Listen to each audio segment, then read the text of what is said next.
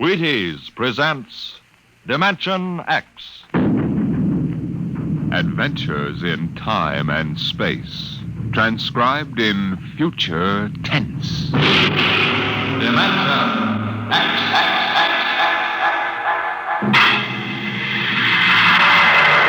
On stage tonight, Dimension X, another in the Wheaties' big parade of exciting half-hour presentations. Just about the time you're getting up tomorrow morning, you know what's happened? You've been without food for so long that you gotta get more if you're going to get your work done. That's why first you need your Wheaties. Sure, Wheaties. Because when you dip into those golden flakes, you're getting real whole wheat. Yup, every single Wheaties is a kernel of wheat. And you know what that means? Vitality for working well, feeling well, looking well. Whole wheat energy, whole wheat vitamins. All the goodness of plump whole wheat in crisp little flakes that are mighty nice to meet any morning of the week. So be good to yourself. Tuck into the Wheaties at 7 a.m. and see if you don't feel the difference. Have yourself breakfast of champions and see how Wheaties at 7 can help at 11. Come on now, try them.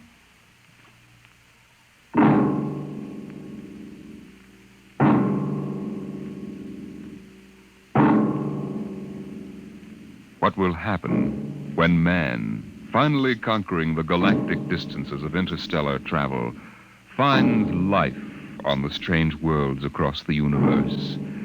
Will he discover civilizations of incredibly advanced scientific knowledge, or primitive cultures deep in a stone age of savagery?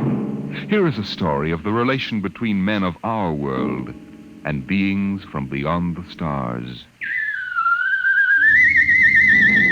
On the desk stood a yellow bowl, the profile a simple curve, clean and sharp.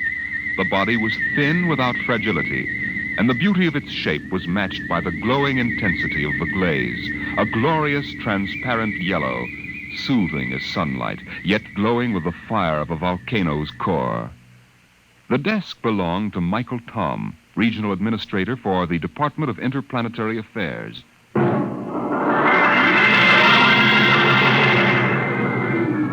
That bowl? Why, it's a souvenir. I got it many years ago on the planet Firsk. I'd been out on the Channel Planet in the Frontier Service for 19 months. When my transfer came through to Firsk, I was surprised to see that I'd been promoted 3 grades, and my orders read to report to the regional office as assistant resident. My ship came in at Penolpon Spaceport, and I was met by the office car and chauffeur.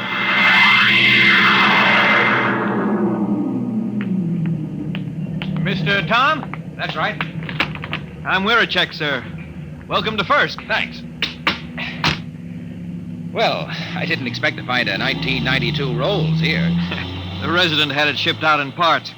Mr. Koval changes every year for the new model. Pretty smooth. Hey, this is certainly different from the Channel Planet. Nothing there but ice, frost fleas, and the dullest aborigines in the system. Well, you won't find the aborigines very dull here. What kind of people are they? The Mituan? Well, they're humanoid. Very close to us systemically. Tall, sort of amber-colored and graceful. Oh, is that one, the girl balancing the bowl on her head? Yeah, she's a Mituan. Uh-huh. There isn't a very big human population at first. Well. Looks like Mike Tom has found a home in the service. You haven't met Mr. Koval yet, have you? What do you mean by that? Oh, nothing, sir, nothing. Look, Wirachek, if there's anything wrong, you'd better tell me. Well, there's nothing, sir. Nothing you won't find out. It's just that Mr. Koval is a very forceful personality. Very forceful.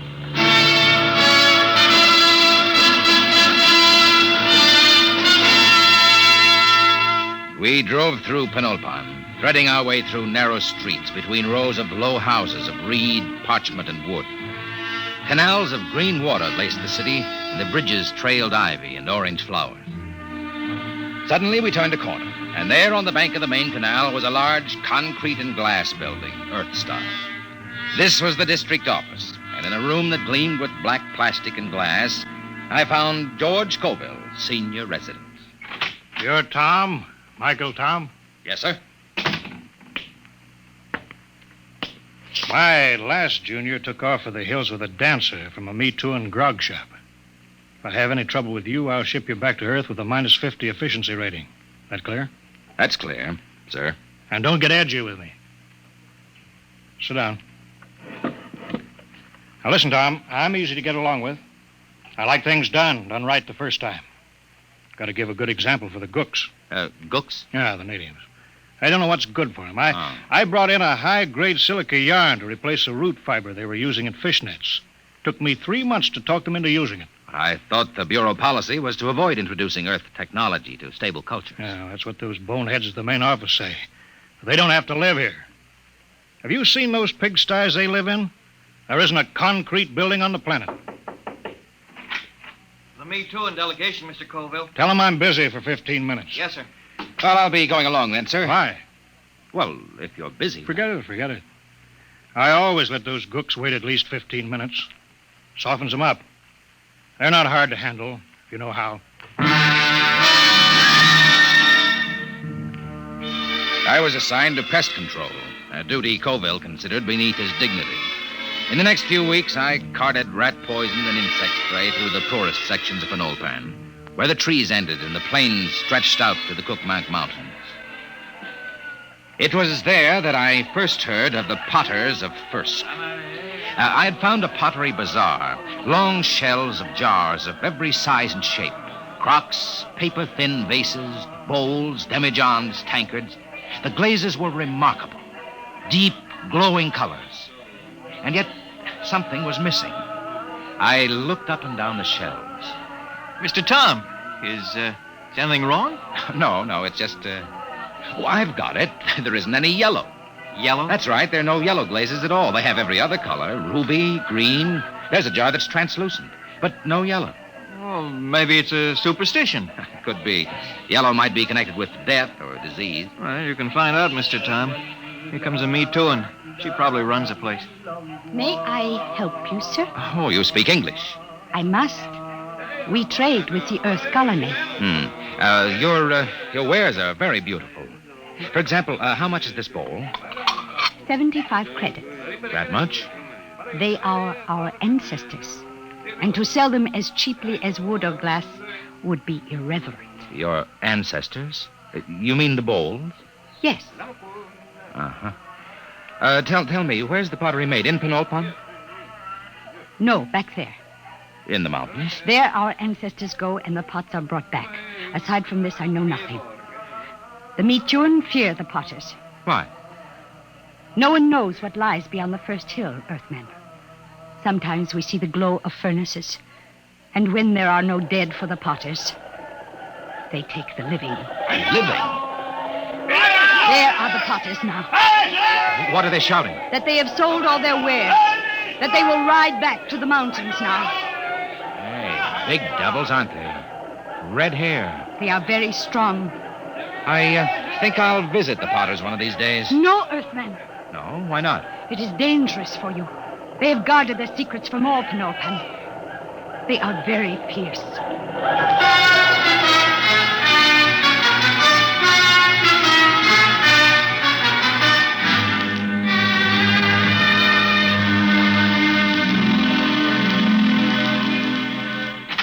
Tom, where the devil you been? I told you to get the estimates for that power plant. I put them on your desk, sir.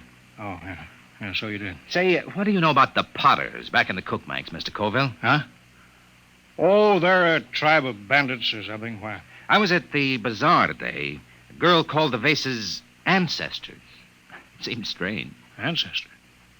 Well, it probably has something to do with religious death rites. They take away the dead bodies and cremate them for a fee or trade goods. The girl said that when they don't get the dead, sometimes they take the living. What? Well, so that's it. What, sir? Raiding. About every month or so, a couple of Me Too and turn up missing. The whole city clams up like tongue-tied parrots. For 2 years, I've been trying to track it down. Tom, these potters must be behind it. Raiding, huh? Well, we'll see about that. No, we don't know anything definite. Well, we will. Get Weircheck to roll out the copter. We're flying out to those mountains. I'll put a stop to this if I have to blow them clean off the planet.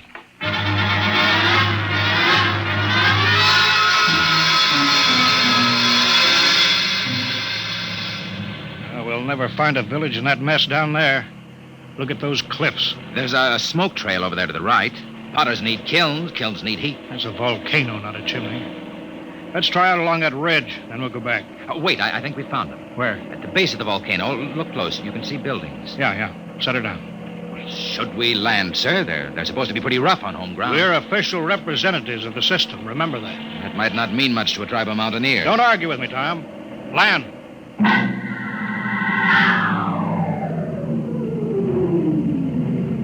Get your pistol ready. I don't see anybody. The village is deserted. They're hiding. It's the Potters, all right. There's a heap of old broken jars. But I don't see the kiln. We'll stay here till something moves. What's that? One of the Potters. Wait a minute. Here they come. 3 of them. You cover them, Tom. I'll do the talking. Hey there, you! What brings strangers to the village of the Potters? I'm Coville, chief of the Planetary Affairs Bureau in Penulpan. This is an official visit to see how things are going with you. We make no complaints. Oh? I've heard reports of you Potters kidnapping me, too. Is there any truth in that? There is an ancient agreement. The Potters are granted the bodies of the dead, and occasionally, when the need is great, we do anticipate nature by a year or 2. You mean you admit it? The soul lives forever in the bowl it's beautified. What do you mean? Look here, just what do you do with the corpses? Our glazes require lead, sand, clay, alkali, spar, and lime. All but the lime is at our hand, and this we take from the bones of the dead. I see. Well, we don't want to interfere in any native customs or rights. Corpses, that's between you and the meat turn. If you need lime, I can ship you in tons of it. Natural lime is a poor substitute for fresh live bones. The spirit of the person is in the bones, and it passes into the glaze and gives it an inner fire. Well, you listen to me. I don't care what you use as long as there's no kidnapping or murder. Tell me, Potter. I don't see any furnaces. Where are your kilns? Our firing is done by the great monthly burn. You mean the volcano? Yes, Earthman. Once each month, the heat roars up white and glowing. I see. Potter, why don't you ever use yellow glaze? Yellow glaze? We have no metal to give the pure, rich yellow, the color of the sun. It is strange, Earthman, that you talk of the yellow, for my people have sought the sun glaze for thousands of years. Listen, if there's any technical help you people want, that's my business. But there'll be no more murder. If necessary, I'll put a stop to the potting altogether. Your words are not friendly. Don't think I can't do it.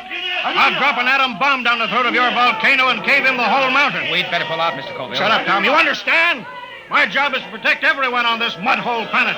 And that includes me, too. Get back in the copter, Mr. Colville. They're getting ugly. Fire over their heads. Keep them back. Quick, get in, sir. They're scared now, but in a minute they may jump us. All right, let's go. Don't worry, Tom. Now those gooks know who's boss. No, sir, we won't have any more trouble from the Potters.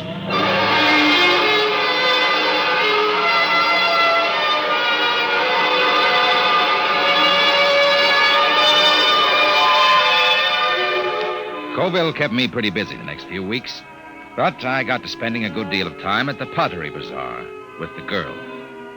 Her name was Sue Then. She was interested in everything I had to tell her about the rest of the galaxy, and I was lonely, so I got to looking forward to my visits there. I was on my way there one evening when suddenly I heard shouts down the side streets. I hurried toward them, pulling out my gun. And then I heard the deep cry of the giant potters and the crack of hooves on the cobbled streets. Suddenly, a group of riders burst around a corner and charged down on me.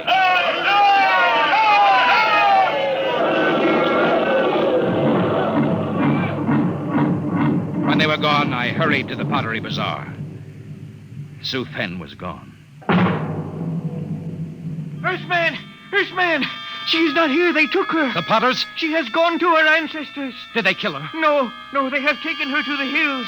But soon she will live forever, her spirit wrapped in the glorious glaze. Sue Then. There is nothing to be done. When the potters take you, it is the end.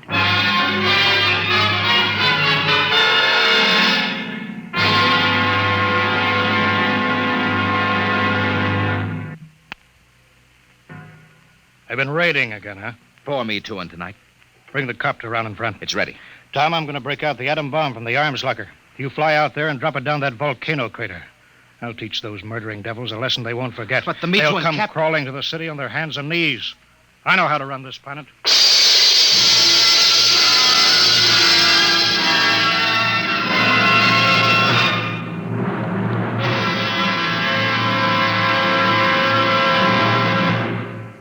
Dimension X will continue in just a moment.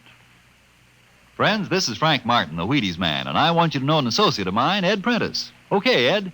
Folks, I'd like to have you meet a good friend of mine and a prominent member of a fine little organization known as the Chicago White Sox, Mr. Lucius Benjamin Appling. Ooh, Ed, don't say it like that. Who ever heard of a ball player named Lucius?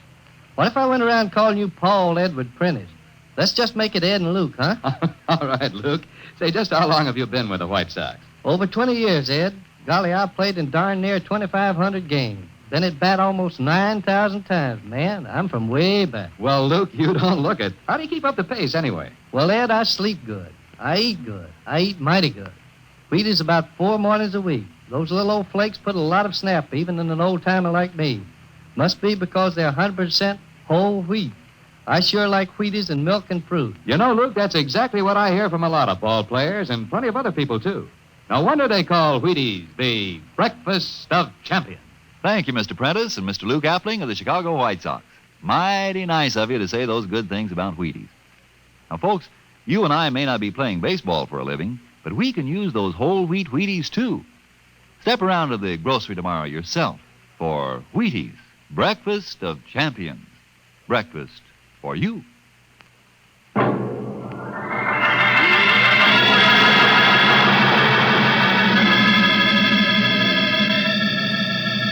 There's the village window, Chick. Swing over it. Shall I pull the safety on the bomb? No, hold it. But Mr. Colville said I know what he said. They got a girl down there, and I'm going to get her out alive. And I'm going to start by trying to talk with that 7-foot red-headed Potter. All right, we're a check. Set her down right in the middle of Main Street.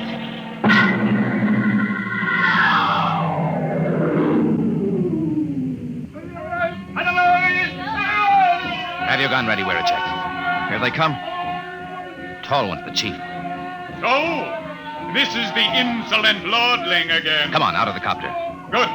We are in need of bone lime, and yours will suit us well. They're closing in, Mr. Tom. Prepare your soul for the great burn. Stand back.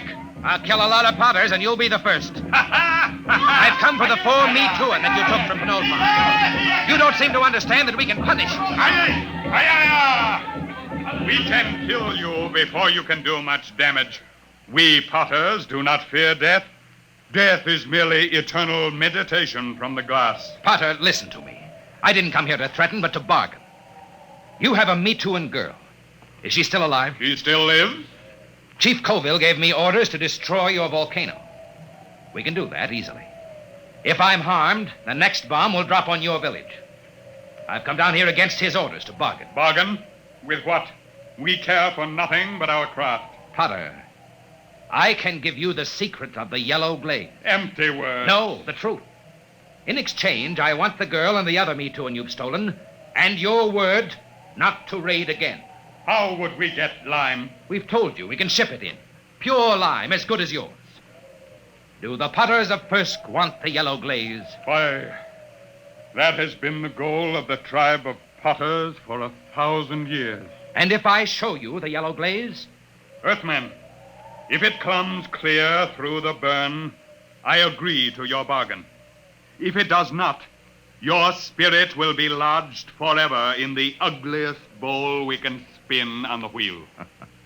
It's a bargain. All right, we're a check. Disarm the bomb. Disarm it? Mr. Tom, are you crazy? They'll kill us. There'll be nothing left to stop them. Nothing but the yellow glaze. Yeah, but do you know how to make it? We'll soon find out. I've been doing a little reading on the subject lately. Reading? Holy smoke. Enough, Earthman. I will take you to the potter's shed. If your glaze is the bright yellow of the sun, you live. If not, you die.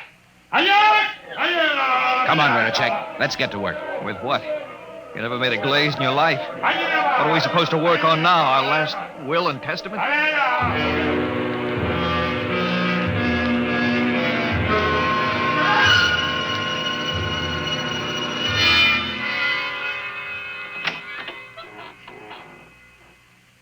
Who's that? Suzanne.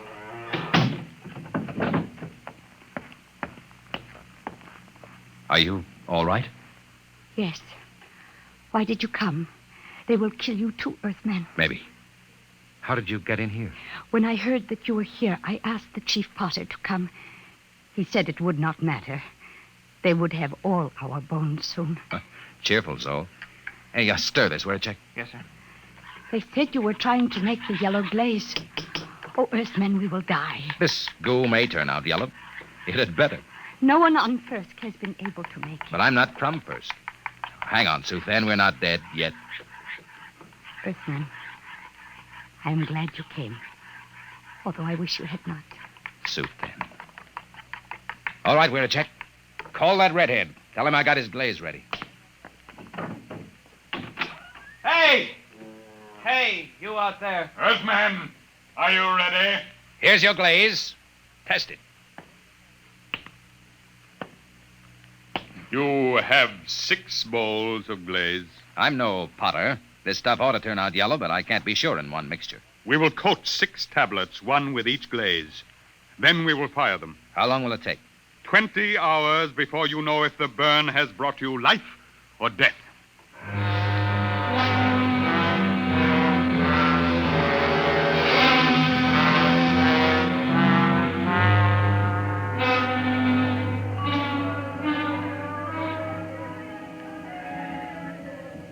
How long can they keep that up? It's been hours. Tiles ought to be done soon. Earthman, here comes the chief potter. It must be time. The tiles are cooled. It is time now to open the kiln and test your glaze. A bargain has been made. The glaze is yellow, or you die. I will open the kiln. How are they, Mr. Tom? Mr. Tom? I can't see inside. It's dark. All right, Potter, pull them out. What are you waiting for? I will remove the first tile. No. A dull, dirty brown, Earthman. Pull out the next one. The color of mud. Now, wait a minute. What is the use? There is no yellow glaze. Get that next tile out. We made a bargain. Mr. Brown, your glazes are worse than the feeblest work of our children. Prepare your spirits for the great burn. Now, wait. Look in there. The next tile. Get it out here. Earthman, you waste time. Well, I'll get it out myself. There. Look at it. Yellow. Bright, shining yellow. There it is. The yellow glaze.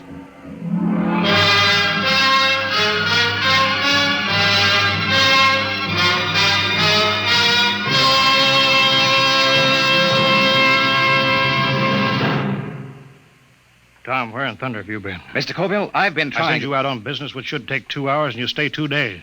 Why? I got the 4-me-2 back, and I made a contract with the Potters. No more raiding. You what? I made a deal with them, and it turned out to be a better idea than yours. You disobeyed. You deliberately... Tom, you're through here. Through with planetary affairs. Listen, Mr. If a Colville. man can't be trusted to carry out orders, he's not worth a lead nickel to the Bureau.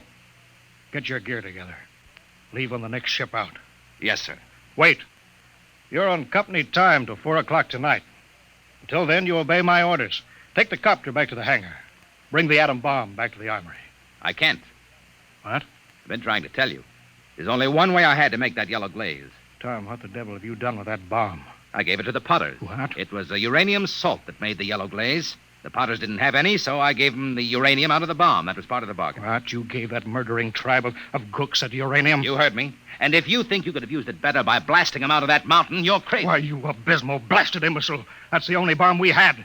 Those Potters could tear Penulpan off the face of the planet. If you want that uranium, Colville, you can go out and get it. And if I'm fired, I'm through now. Why, you fresh smut, you yellow-livered louse. I ought If to you kill asked you. me, I'd say it'd be dangerous business trying to get that uranium back now. Where a check? Where a check?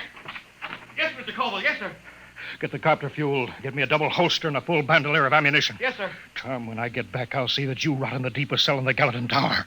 I'm going out now to those hills. I'm going to bring in that uranium myself.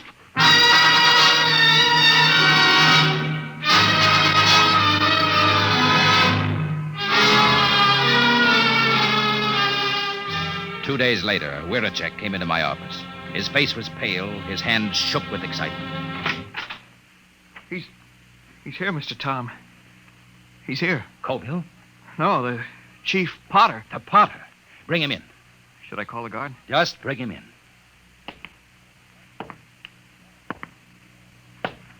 Well, Potter, I was just going to the mountains to see you. Earthman, Does that bargain we made still stand? Just a minute. First, I want to know what happened to my chief. He has not returned. A madman came to the village of the Potters. He said you had no authority. He said he could not allow the Potters to keep the heavy metal that makes glaze like the sunset. What happened to Colville? Tell me. There was violence. He killed 6 good wheelmen. He was captured. I come to find whether our contract is good. Captured. All right, Potter. The contract is good. It is bound by my word and by the word of my great chief back on Earth. But only if Colville is returned.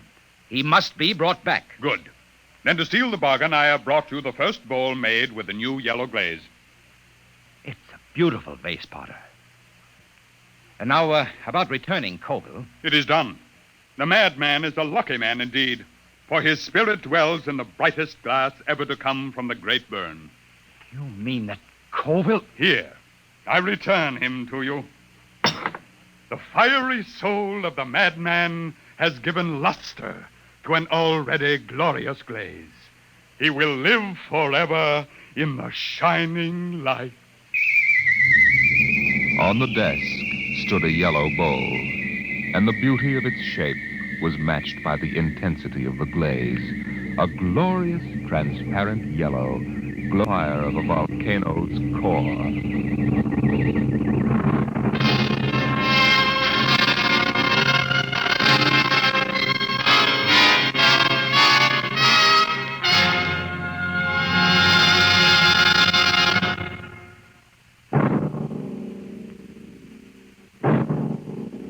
Tonight, Dimension X has transcribed The Potters of Firsk, written by Jack Vauntt and adapted for radio by Ernest Kenoy. Featured in the cast were Carl Weber as Michael Tom, Wendell Holmes as Colville, and Raymond Edward Johnson as the chief of the Potters. Your narrator, Norman Rose.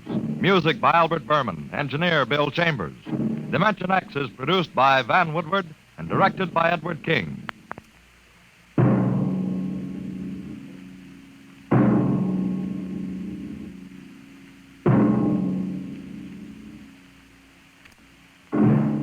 Tomorrow, hear Sam Spade. Now, it's Truth or Consequences on NBC.